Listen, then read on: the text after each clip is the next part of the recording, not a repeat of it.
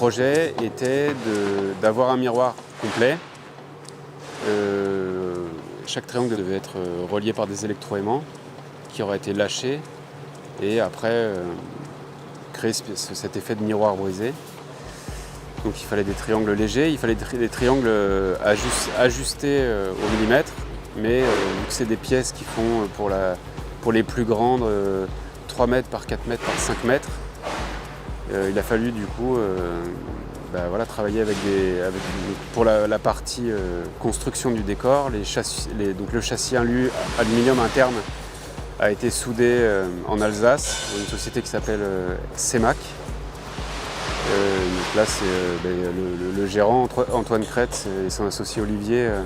Pour la taille des pièces, on est arrivé à un niveau de précision des codes qui était assez bluffant. Par-dessus ça, on a été fixé donc, du Dibond miroir à argent qui lui a été découpé numériquement. On n'a pas découpé sur le châssis à la scie, on a commandé toutes les pièces donc chez une société qui est proche là pour le coup de chez nous, dans le sud, à côté du siège de Mécaoctet. Donc découpe numérique du Dibond. Et l'assemblage avec un adhésif industriel. Comme le triangle il est fait à la fois pour la partie on va dire inerte par Mécaoctet et pour la partie LED et contrôleur LED par Novelty, forcément des croisements de plans, on a eu des petits ajustements à faire, des trous qui n'étaient pas en face, des choses qui arrivent quand effectivement on doit collaborer à deux endroits différents pour faire la mise en commun. Donc globalement, on a réussi à s'en sortir tous chacun de notre côté et on arrive à un décor qui est assez satisfaisant. En tous les cas, c'est ce que tout le monde dit. Et après, c'est José Rodriguez qui a dessiné le grill d'accueil sur lequel le caillebotier est posé. C'est qu'au début, on s'est un peu cassé la tête de savoir comment on allait positionner ces treuils. Parce qu'en fait, pour respecter le dessin d'origami, il fallait... il faut quasiment se positionner au centimètre. Et donc si on a un grill classique, ça ne marche pas. Il n'y a pas assez de points pour mettre tout ça. Donc ce qu'on a demandé, c'est d'avoir un caillebotis. Et donc là-haut, on a 20 par 20 de caillebotis. Et bon, franchement, c'est génial parce que du coup, on peut positionner notre œil exactement là où on veut. On fait juste sortir dans une maille du caillebotis et ça nous permet d'être précis. Alors peut-être pas au centimètre, mais à 3-4 cm près. Sur une grande carte qu'on a fait imprimer.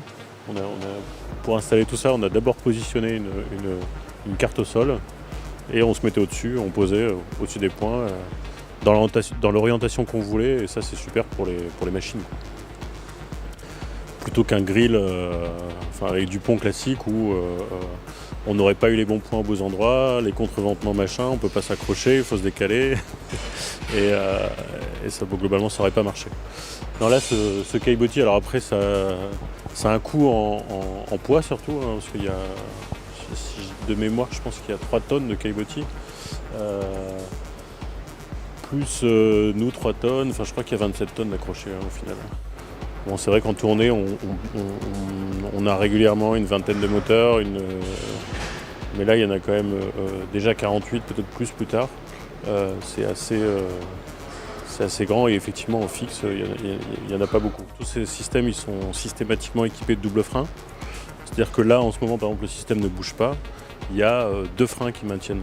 C'est-à-dire qu'on sait que s'il y a un frein qui lâche, le deuxième sera là. Et donc tout ça, au moment de la mise en service, on teste les freins un par un. Après, sur ce système, il y a un double codeur. Donc il y a une partie mécanique. On sait que si elle casse, on a 2 prises de position en aval et en amont de la mécanique. Ces 2 prises de position, ça nous permet de couper le système et de freiner le système si jamais il y a un problème, si jamais on repère un problème par les capteurs. Sur un triangle, il y a 3 points, donc 3 treuils. S'il y a un des treuils qui a un problème, il faut que les 3 s'arrêtent obligatoirement pour pas se retrouver dans une position complètement à l'envers. On a de la sous-charge, de la surcharge. Globalement, s'il y a un élément qui lève l'autre, ça va déclencher un capteur chez l'autre qui va dire là je soulève plus rien, c'est plus moi qui fais le travail. Et donc ça coupe le système. Donc il y a la même chose en surcharge, en sous-charge. Tout ça au niveau de l'opérateur, c'est fait avec un dispositif qui a un nom assez glauque mais qui s'appelle l'homme mort. Où globalement il faut avoir la main sur le système pour qu'il bouge. Et ça permet, si jamais l'opérateur s'évanouit, le système s'arrête. Bon, puis après la sécurité elle se fait aussi dans la manière de gérer le système.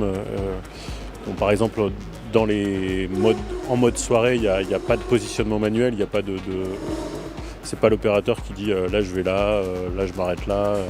Non, c'est que séquencé, c'est que des queues qui vont aller, qu'on va déclencher en mode show. En mode show, on ne peut pas du tout faire manuel, quoi. Globalement, quand il n'y a plus de solutions standard qui existent, on essaie de construire sur mesure quelque chose qui va pouvoir faire le job, quoi. Compétences qui sont assez variées, puisque Louis, c'est plutôt informatique, web, c'est ce qu'il faisait avant. Moi, j'étais chercheur en mécanique. Et donc maintenant, je m'occupe de la partie serveur du logiciel.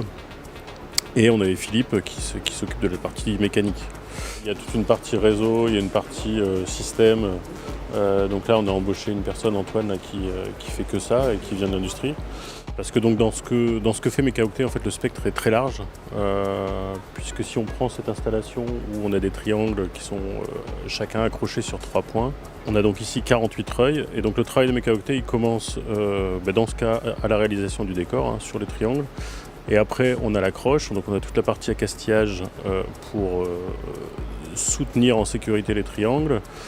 Et après, on enchaîne sur la machine elle-même, où on a beaucoup de mécanique. Donc là, on parle engrenage, poulie, mécanique de précision. Ensuite, on a la partie motorisation, on a un moteur, puis des variateurs qui vont contrôler tout ça.